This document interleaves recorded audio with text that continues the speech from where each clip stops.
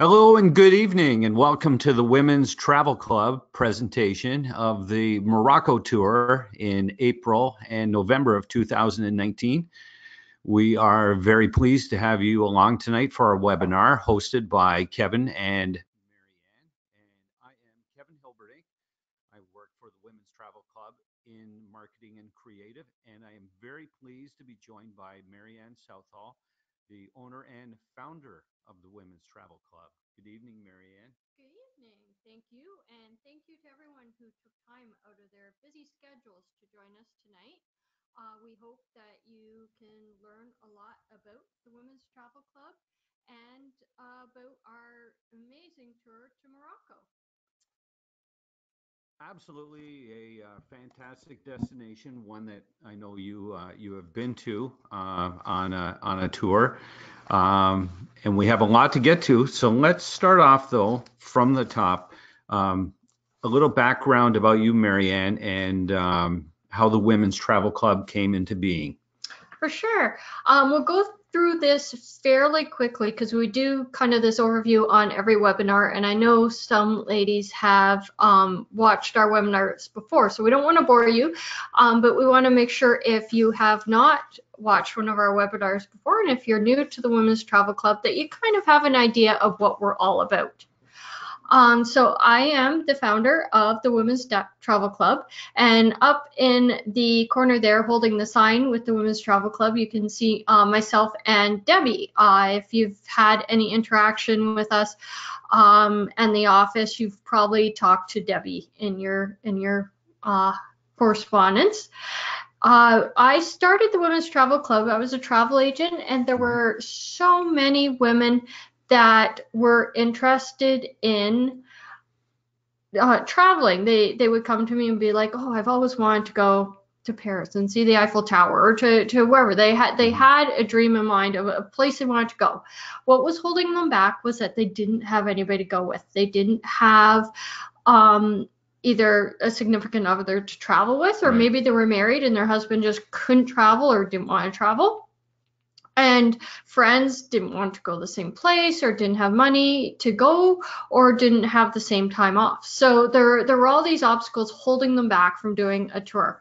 And they really didn't want to go on a tour that was a bus tour of 20 other couples, and it would just be them with the bunch of strangers that were already kind of in their own groups. So I thought, there's got to be a better way. And I started to formulate what I wanted the Women's Travel Club to be about and how I wanted it to work. So here are a few of the key points that I think are important in making what the Women's Travel Club is. The first thing is small group tours. All our tours are capped at a maximum of 16 ladies per tour. Some, depending on logistics of the tour, are even less. And that is important because it gives you opportunities to do events, hands-on activities, things that you can't do if you're a big, huge group. It's also a nice number to be able to feel like you're just traveling with a group of friends. You make friends on the group, and it's not too many that you get lost in a big group, but just enough that there's a great selection of ladies to make some really good friendships. Okay, so effectively you've eliminated a lot of the barriers that in the past have prevented women from traveling, or at least traveling the way that really speaks to their heart. What are some of the other dynamics of the Women's Travel Club? Maybe someone that's joining us for the first time, and if you are, welcome, thrilled to have you along, in terms of the solo traveler and pairing them up with a roommate. And I see also too, we can stress the women only tours.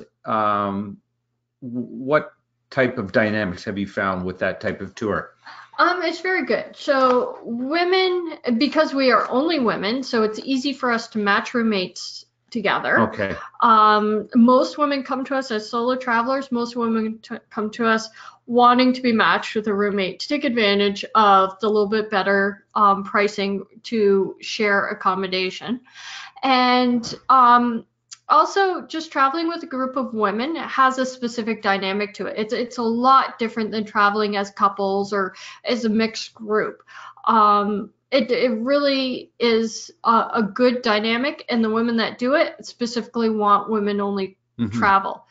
Also, all our departures are women only, so you don't have to sort through and think, oh, I like this tour. Oh, wait, it's co-ed. I don't know if I want to do that or not. It's all women only, so it's very easy. Just, have a look at what is there. They are all women only tours.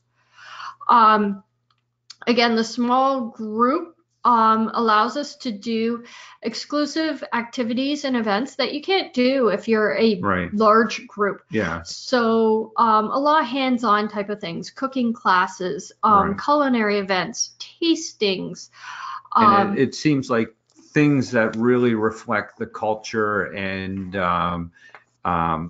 you learn the expertise of local artists and chefs. You really get to delve into the local culture when you do a workshop like this. Exactly. And then you feel like you're actually experiencing. Everybody learns in different ways, as my 16-year-old son likes to point out.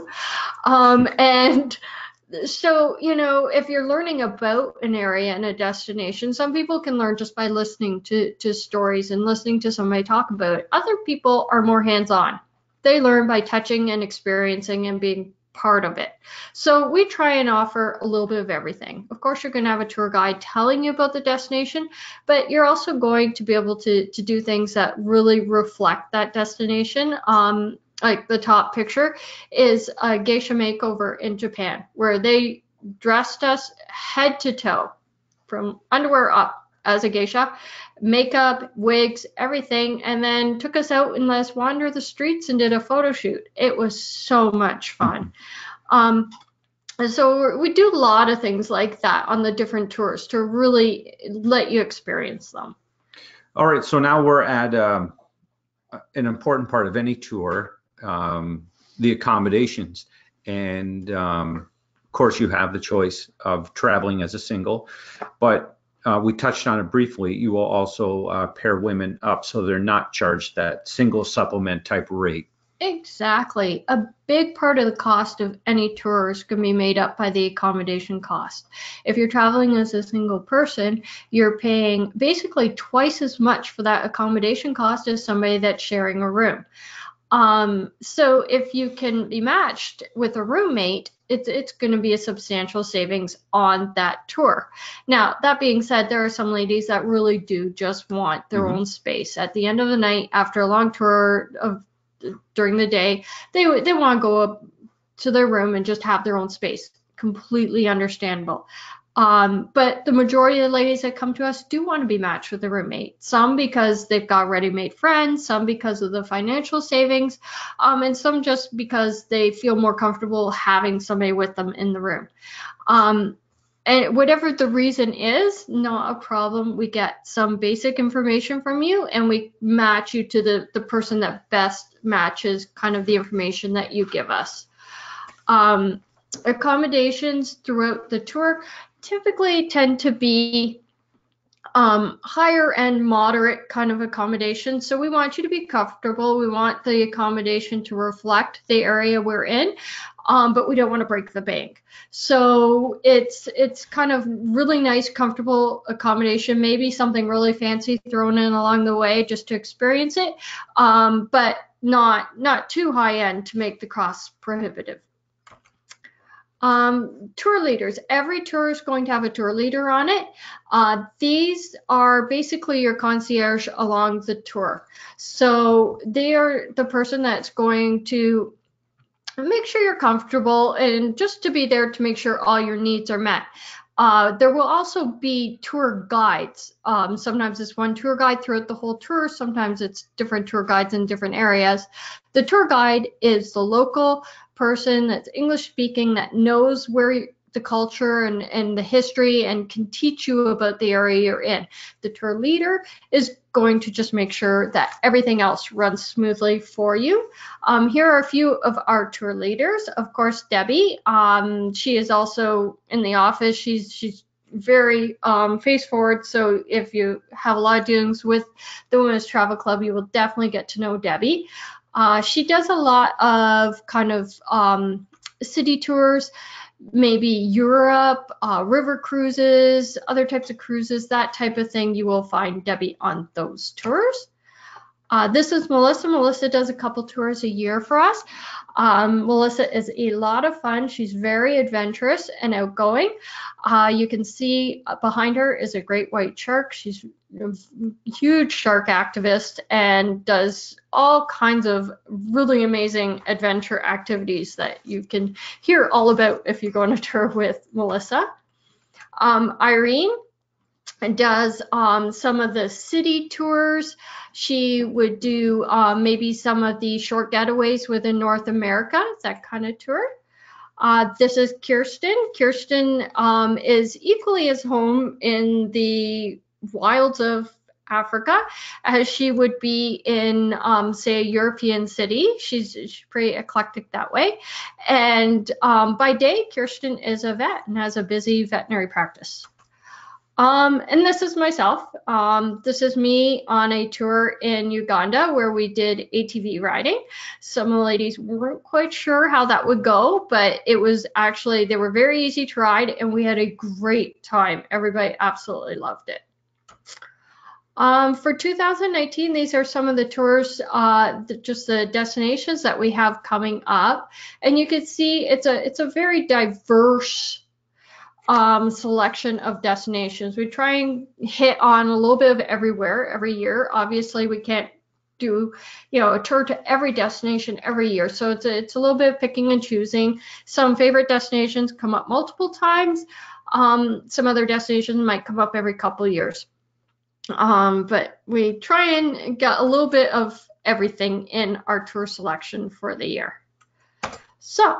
Very good. I think we've had an excellent overview of what you offer with the Women's Travel Club. And now the real reason we're here, no reason to delay any further. We have our Morocco tour in April and a separate tour in November of 2019. Yes, Morocco tends to be quite popular. So next year we are running 2 tours, one in the spring and one in the fall. I can tell you the spring tour only has 4 spots left on it. So you can see it is popular. We have a tour going on in Morocco as we speak that sold out quite quickly. So it is a tour that ladies tend to love. And I can understand why. The first time I went to Morocco, I was so blown away by it as a destination. It is so eclectic. It has a little bit of everything. It very much feels very exotic when you're there. I can't speak highly enough of Morocco and I just love it. So I hope as we go through kind of the areas we're going to look at and the things we're going to do that all the ladies listening get a really good feel for Morocco also, and it kind of inspires them because it really is, I think, a fabulous destination. So I'm going to start off now. I will try and not fudge up any of the names and words, but if I do, please forgive me. Okay, so welcome to Morocco. From the Saharan dunes to the peaks of the high Atlas, Morocco could have been tailor-made for travelers. Lyrical landscapes carpet this slice of North Africa like the rich, colored, and patterned rugs you'll lust after in local cooperatives. The mountains, not just the high Atlas, but also the Rif and suntanned ranges leading to the Saharan oasis, offer simple, breathtaking pleasures. Night skies glisten in the thin air. On lower ground, there are rugged coastlines, waterfalls, and caves and forest hills, and the mighty desert. Morocco cities are some of the most exciting on the continent. Join the centuries-old trail of nomads and traders to the ancient hearts, from the winding Medina maze of Fez to the carnivalesque street theater of the Dema El Fana in Marrakesh. In the rocky deserts, Medinas are protected by kasbahs, on the coast by thick sea walls. But it's not just a heritage trip, as Morocco's cities are forward-facing too, with glitzy new urban design in Casablanca, Rabat, and Tangier, looking to the future as well as paying homage to their roots. Our tour starts in Casablanca. Casablanca is the cosmopolitan, industrial, and economic heart of Morocco and its largest city. It is also the most liberal and progressive of Morocco's cities. Young men flirt brazenly with scantily clad women. Designer labels are the norm in the chic beachfront neighborhood of Ain Diab, and many young Moroccans speak to each other exclusively in French.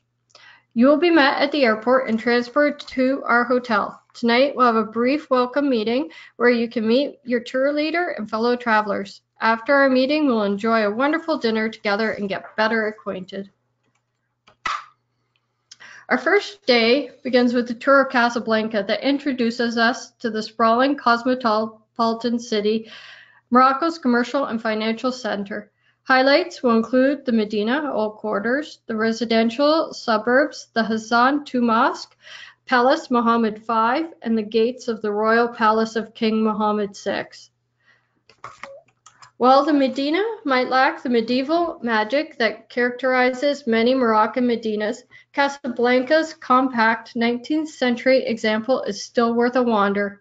The shops are more basic, but the crooked lanes, occasional tree-shaded square, and well-frequented local cafes contribute to a generally pleasant atmosphere and make a popular route for those walking between downtown Casablanca and the Hassan II Mosque. The famous mosque was built at enormous expense to commemorate the former king's 60th birthday. Set on an outcrop jutting over the ocean with a 210-meter-tall minaret that serves as the city's major landmark. It is a showcase of the best Moroccan craftsmanship, hand-carved stone and wood, intricate marble flooring and inlay, gilded cedar ceilings, and exquisite geometrical mosaic tile work around. The mosque is commonly thought to be the world's third largest mosque after those in Mecca and Medina, and can accommodate 25,000 worshippers. From Casablanca, we'll travel north along the coastline to Rabat,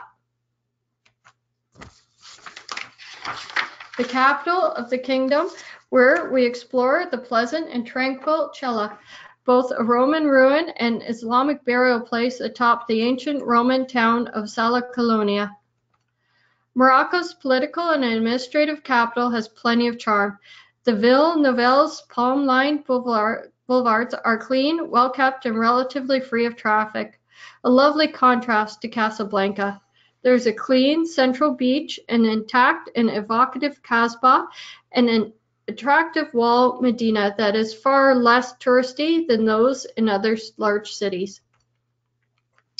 On a relaxed tour of Rabat, we will visit the picturesque Kasbah de Oudayas, overlooking the Atlantic Ocean, the Hassan Tower, and the mausoleum of Mohammed V.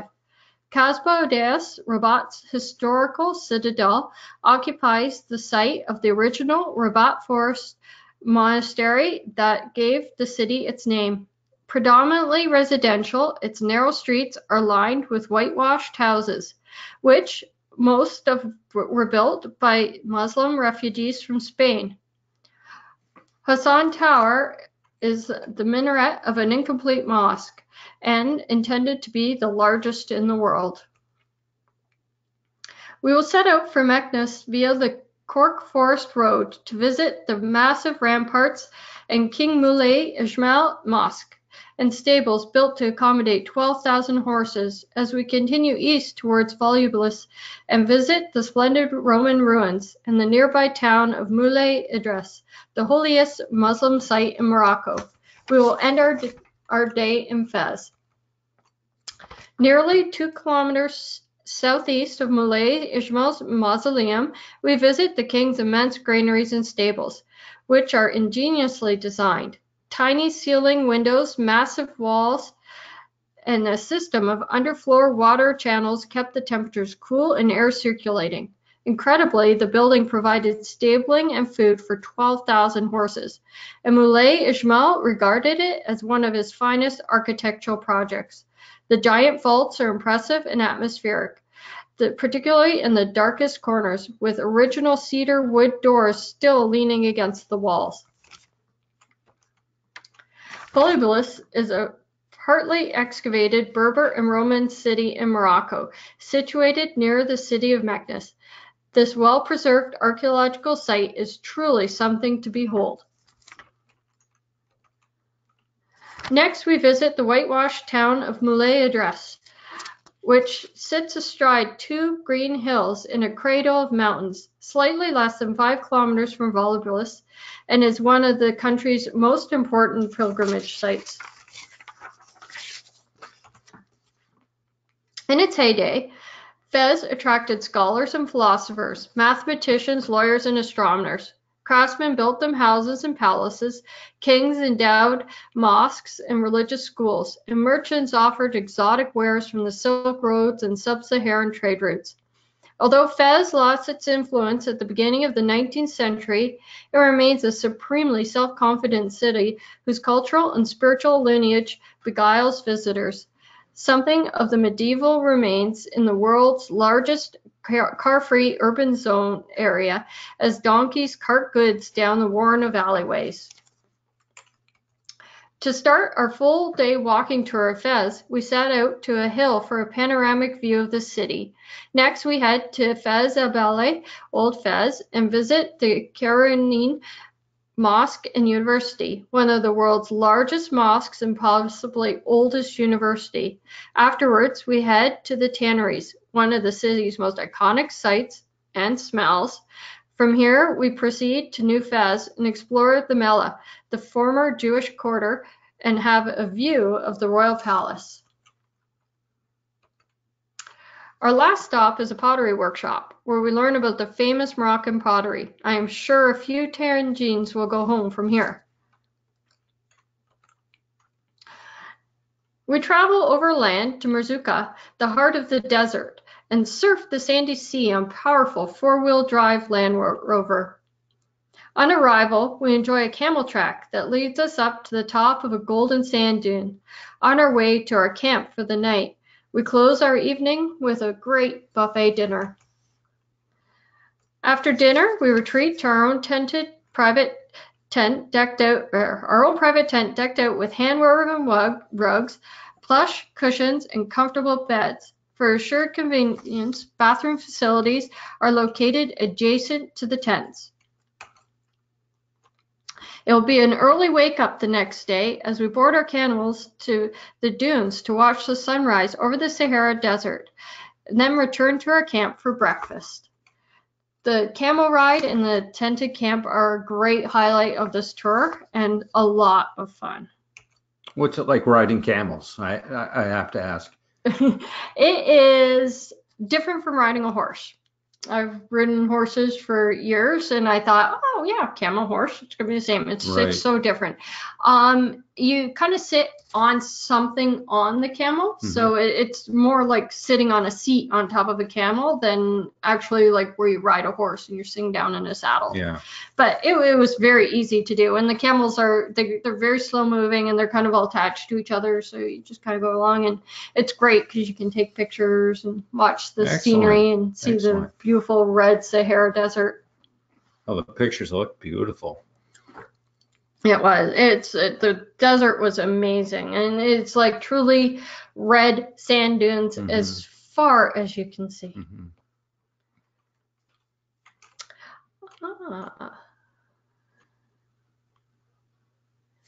And now I've kind of lost where I was.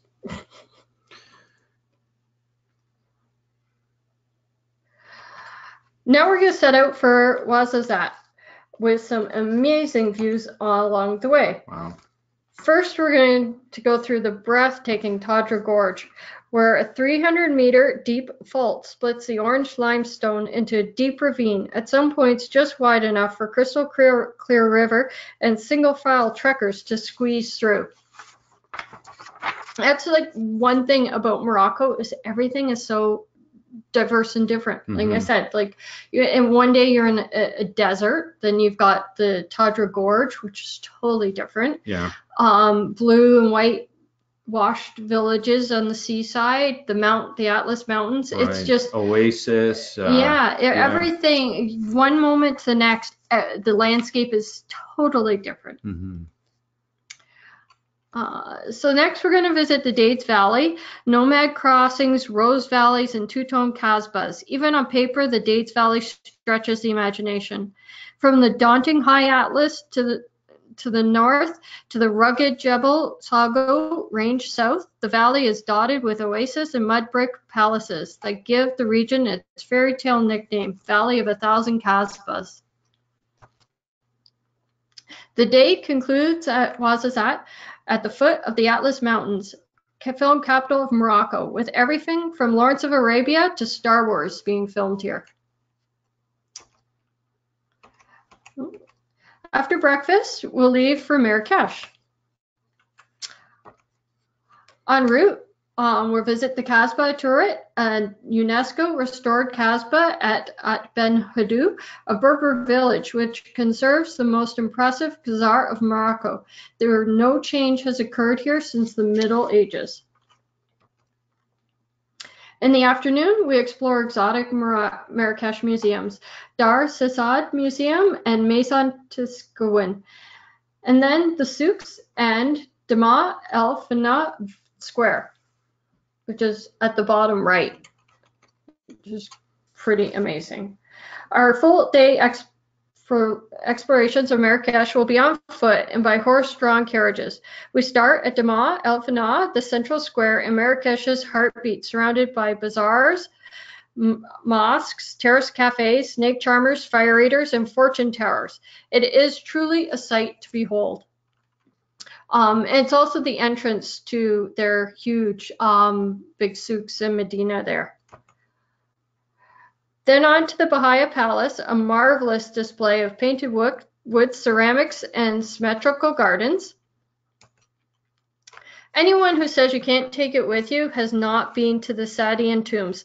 Near the Kasbah Mosque, Saadian Sultan Ahmad al-Mansur al-Dahabi spared no expense on his tomb, importing Italian Carrara marble and gilding honeycomb decorative plasterwork with pure gold to make the chamber of the 12 pillars a suitably glorious mausoleum.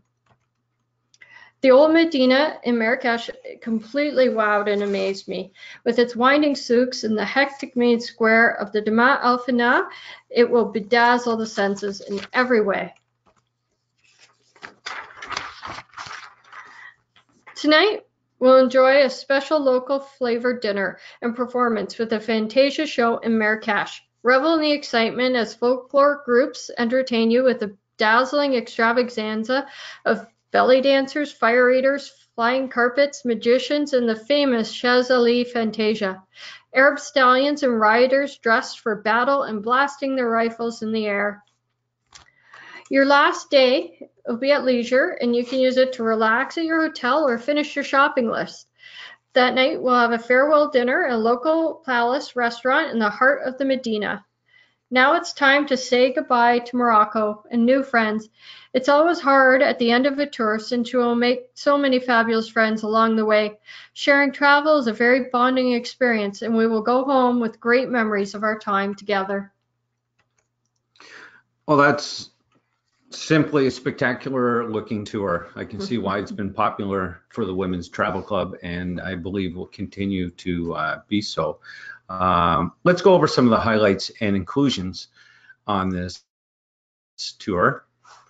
And you will have 9 months. Well, you might want to stay 9 months. I hope it doesn't feel like 9 months. 9 nights, superior first class accommodations, transportation by private luxury air-conditioned coach, 9 breakfasts, 9 dinners, tour of Casablanca, visit the Roman ruins, camel trek, luxury tented camp in the Sahara, visit and tour the Women's Cooperative. Oh yeah, Nargan Oil Women's Cooperative. Yeah.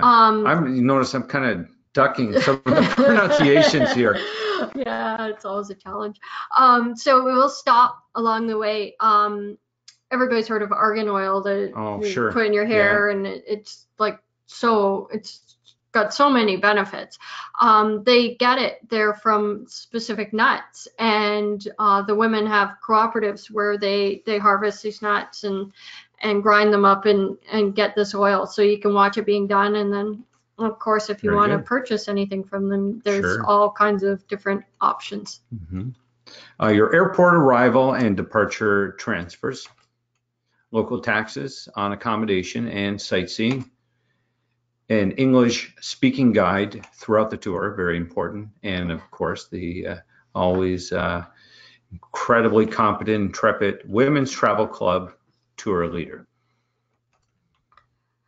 Here's a few optional things that the Women's Travel Club can do for you once you book the tour. If you just need assistance with any of these, we have agents on hand to help you.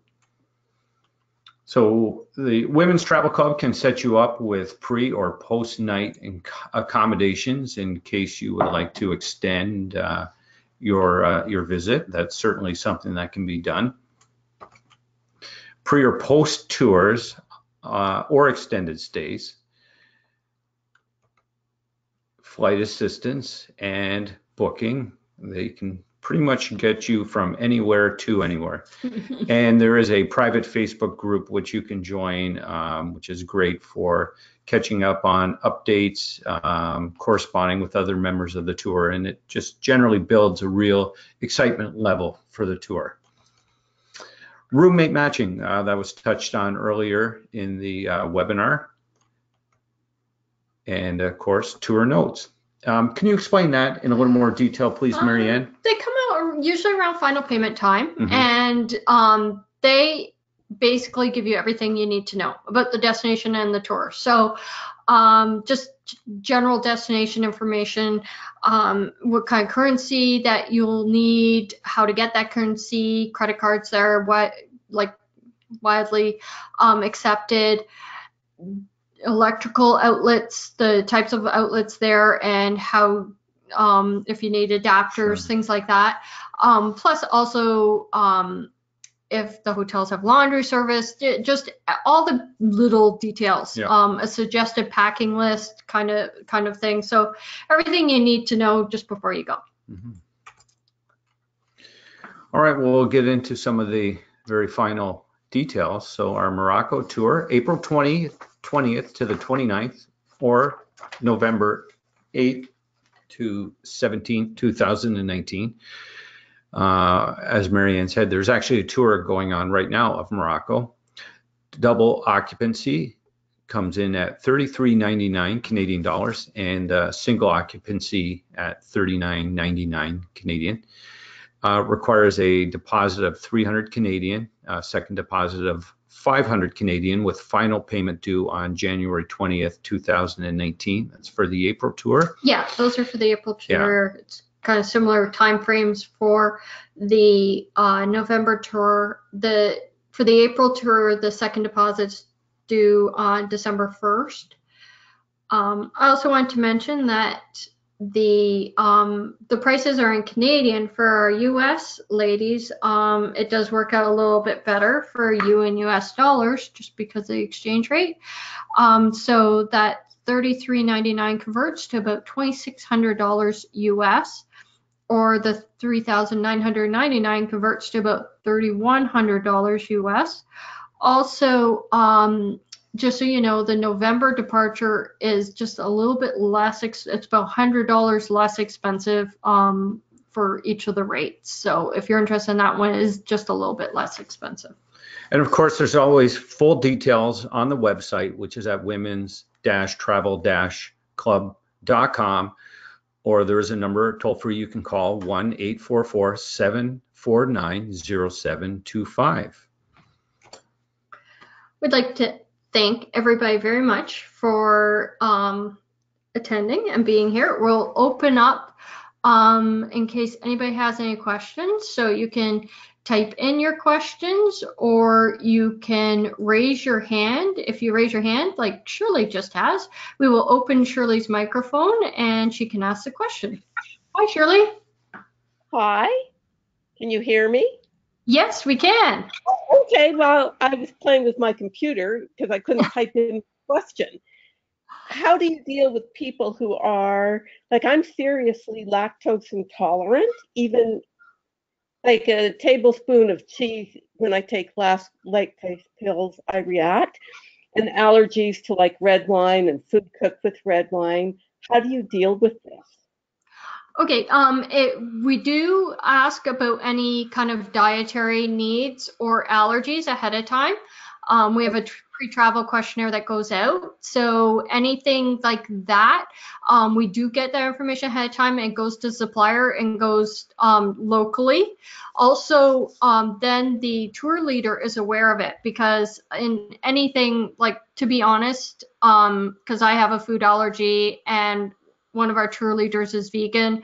So we always have the tour leader kind of following up at the various hotels and restaurants when we get there because things get lost. You know, things don't always make it. So we always follow up there locally too, but we do warn them ahead of time so that they're prepared.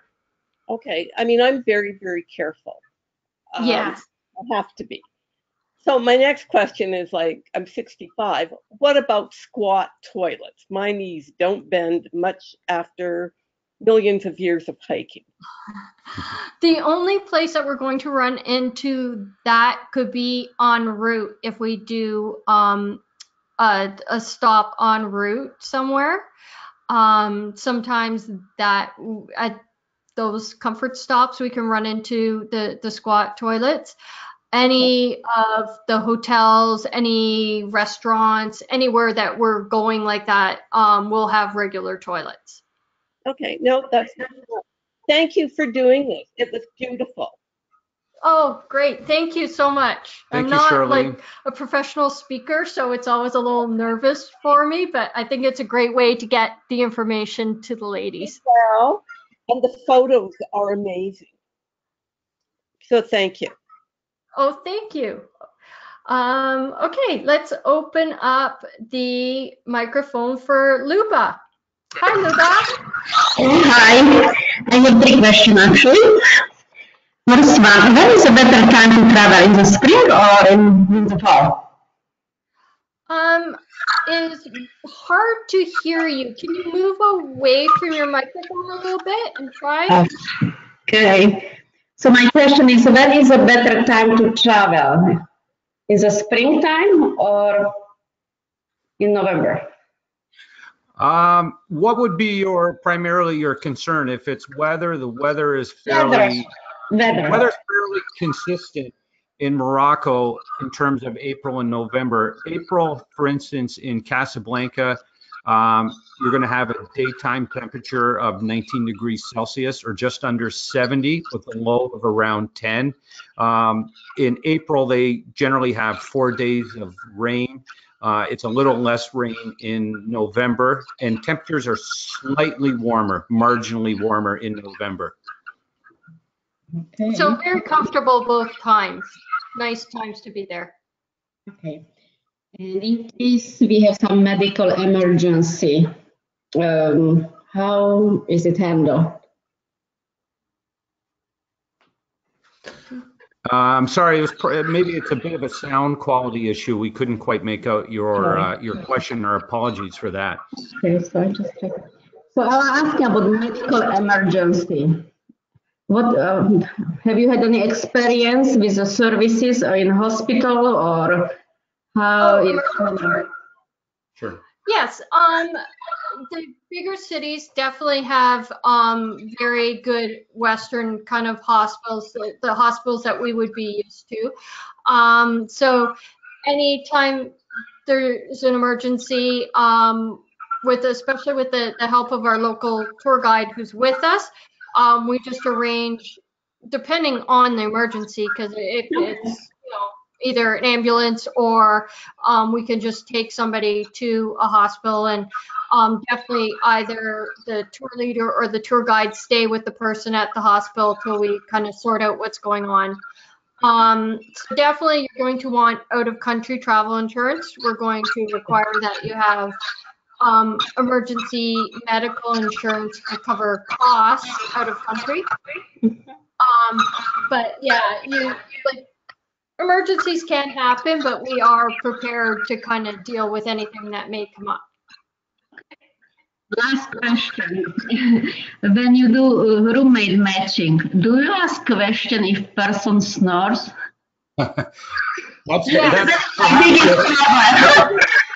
That's perhaps the first question that gets asked. Yes, we do ask if someone snores, and we ask if people are light sleepers, and we do try and match accordingly. However, keep in mind, everybody's flying a long distance, and especially women of our age, that, you know, anything can set off kind of a little bit of respiratory unhappiness and a little bit of snoring. So if you are matched with a roommate, always bring some earplugs with you, or a headset, so you can like have some white noise or music playing in the background, just in case your roommate, you know, gets a cold or something, and has a little bit of breathing issues during the night, just to be prepared. Okay. Thank you, Luba. Okay, thank you. Oh, thank you for your questions. Thanks so much. Oh, Angela. Hi, Angela. We have your microphone open. I was wondering about how much walking is done. Yeah, that's a very good question. And of course, that's a very valid concern. You want to know as best as possible, the physical Right. parameters of a trip. So I'll let Mary Ann guide you through that. There are Okay. definitely walking tours in the major cities. So a lot of the bigger cities, the best way to get around them is on foot. So we're going to have walking tours in Casablanca, in Rabat, in Marrakesh. Also walking through the Medinas, which is such a big part of Morocco, is going to be on foot. And so there will be walking tours.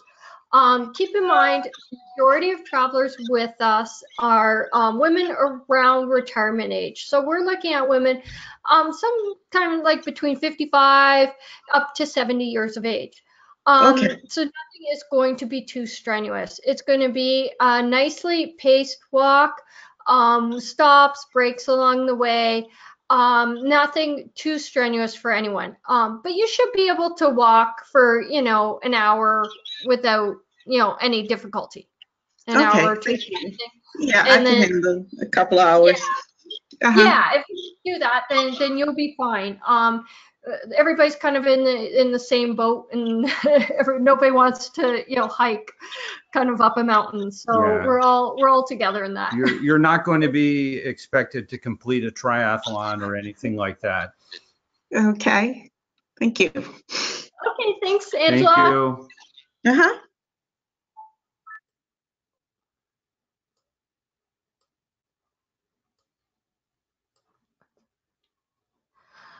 Okay, I'm not sure. Did anybody else have any questions? I don't see anybody else's hand being raised. I'm just going to put everybody's hands down in case Angela, Luba, or Shirley have. Oh, Shirley has another question. Okay, we're going back to. Hi, Shirley. Hi. When she's talking about walking, it's one thing to talk about an hour, hour and a half. Now, I'm a hiker, and I Okay. just got back from hiking in Europe, which is fine. I mean, I'm not looking at hiking the Atlas Mountains when I go to Morocco. But approximately what distance are people going to be expected to walk? Is it going to be 5, 6, 10 kilometers in a day when they're in a town? I mean, I have the ability to do that, but I'm listening to people Yeah. and they may know. The distance. It's so hard because the walk is, it's like you walk a little bit and then you stop and you're looking at something. So the distance isn't going to be huge. Even if it is 2 hours, it's not going to be straight walking for 2 hours. It's going to be, you know, walking a little bit, stopping, learning about something, maybe going in somewhere, coming back out, and with breaks along the way. So it's a very broken up kind of leisurely paced walk. Okay. If you explore Would there be an opportunity to hike Todra Gorge if I wanted to? I mean, I'm not going to die if I don't, but.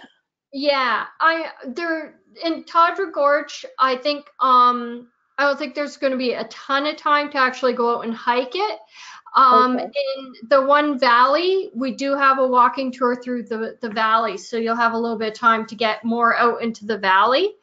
And definitely, every time that there's free time, if you want to get out, kind of explore different areas, then you'll have opportunities to do that on the days that there's a little bit more free time. All right, that's good. So thank you. I was just hoping to clarify that for people, because Very I good never question. thought we were going to be doing tremendous amounts of hiking and walking, because I look at it as a cultural trip. Yeah. It is. It It's is. more accurately, it's time on your feet than actual distance. Yes. Okay. And yes, it is definitely more of a cultural trip than an adventure tour kind of thing. So it will be more about learning and seeing the area than actually doing a lot of physical activity. Okay, and I think that will help everybody. Yes. Thank Thank you you. so much, Shirley. Okay, you're welcome. I'm looking. Oop. I'm looking.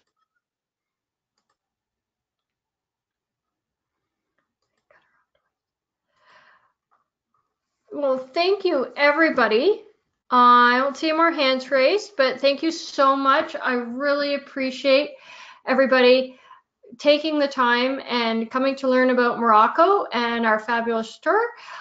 We will be putting the webinar up on the website. It got recorded, so we'll be putting it up on the website. If you want to go back and look at anything or learn anything else, you are welcome to. And definitely, if you have any questions about the tour, please either call or email, and we'd love to answer them.